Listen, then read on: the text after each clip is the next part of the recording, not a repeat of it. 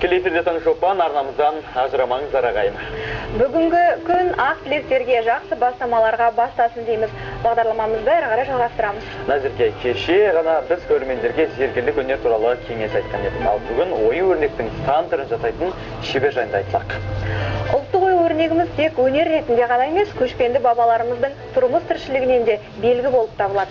Иә, мал шаруашылығымен айналысқан халқымыз оюды көбінесе ешкінің, қошқардың мүйізіне қарап жасаған екен. Сондай-ақ өсімдіктерге ұқсайтын ою-өрнектердің де түрлері бар. Жалпы ою-өрнек қазақ өмірімен біте қайнасқан ұлттық құндылық. Бүгінгі кейіпкеріміз де осы ұлттық өнердің қыр-сырын жетік меңгерген енеше оюхан азамат туралы бейнезірді бірге тамашалайық. Қошқар мүйіз дегеніміз, мына жерде гүлдің несін символымен алғанбыз, мына жерде де жапырақты қошқар мүйіз жатысты, ол да өзіміздің қазақтың ұлттық ою кітабынан үлгі аламыз. Өнерлінің қол алтын деген сөз бүгінгі кейіпкеріміз Жандарбек Сүйеубайұлына арналғандай.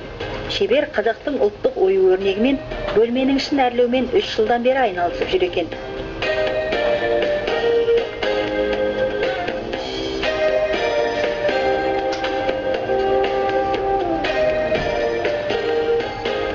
Қарғалы ауылында тұратын Жандарбектің мамандығы құрылысшы. Ұлттық өнерге ерекше ықыласты жігіт, құрылыста жүріп оюларды бөлме төбесіне, қабырғаға салуды қолға алған. Осылайша ол аз ғана уақытта ауылдастарына қуаныш сыйлап, алғысын алыпты. Ұлттық арнада беретін мына қошқар мүйіз қазақтың ғасырлардан бері жасап келе жатқан ою өрнегі осы жерде бейнеленген, көктері космосты білдіреді. Космос деген біздің жеткілікті көк аспанымыз. Ортадағы мына шам күнді сәйкес келеді. Мына төрт жағындағы, төрт бұрыштағы шамдар ол күнді айналып жүрген жер серіктер, планетаны білдіреді. Бұл өнер аса ұқыптылық пен төзімді талап етеді. Қазақ халқының ұлттық ою өрнегі атты кітапқа жүгінген құрылысшы ондағы өрнектерді өз ой қиялымен дамытуға тырысады. Бүгін қолөнер шебері бізге сүйікті кәсібінің қыр-сырын көрсетіп берді. Біздің бөлмеміздің бір бұрышына түсетін ою өрнегіміздің жартысын карандашпен сызып дайындап аламыз. Осы ою өрнегіміз мынауымыз ұлттық қошқар мүйіз қазақтың оюы. Мына жағы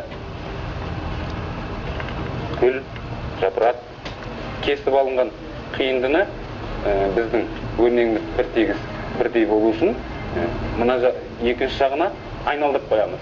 Айналдырып қоямыз да кейін бұны сол немен сызып шығамыз. Мынау біздің кәдімгі құрылыста қолданатын направляющий профиль. Соны біздер мына 3 сантиметрден кесіп шығамыз. Біз бұны осы ою өрнектің шетіне арнайы ұстату үшін қолданамыз.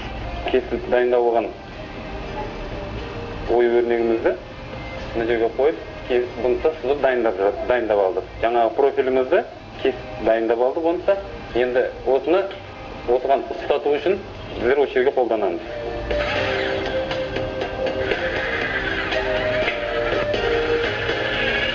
Арнайы дайындап алған сызып, қатырып дайындап алдық, каркасын жасап шығарып алдық та, енді мына гипсокартонымызды үстіне уже жабыстырып шуруппен қатыра береміз.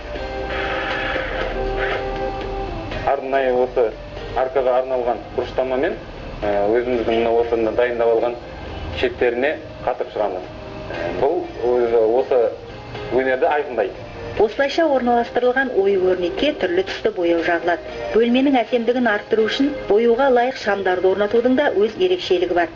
Шебер мұның бәрін үй иесінің талғамымен санаса отырып орындайды екен. Мекемелерде де қарап отырам, байқап, көбінесе мына европалық бағытта жүрген сияқты менің өзім көзқарасым бойынша. Енді менің ойлағам осы әр үйде, әр қазақтың әр үйінде осындай ұлттық өзіміздің ою өрнегі болса деп. Қазір тек ауылдастарының сұранысын орындап жүрген Жандарбектің мақсаты жеке кәсібін ашып, қазақтың ұлттық ою өрнегін насихаттау.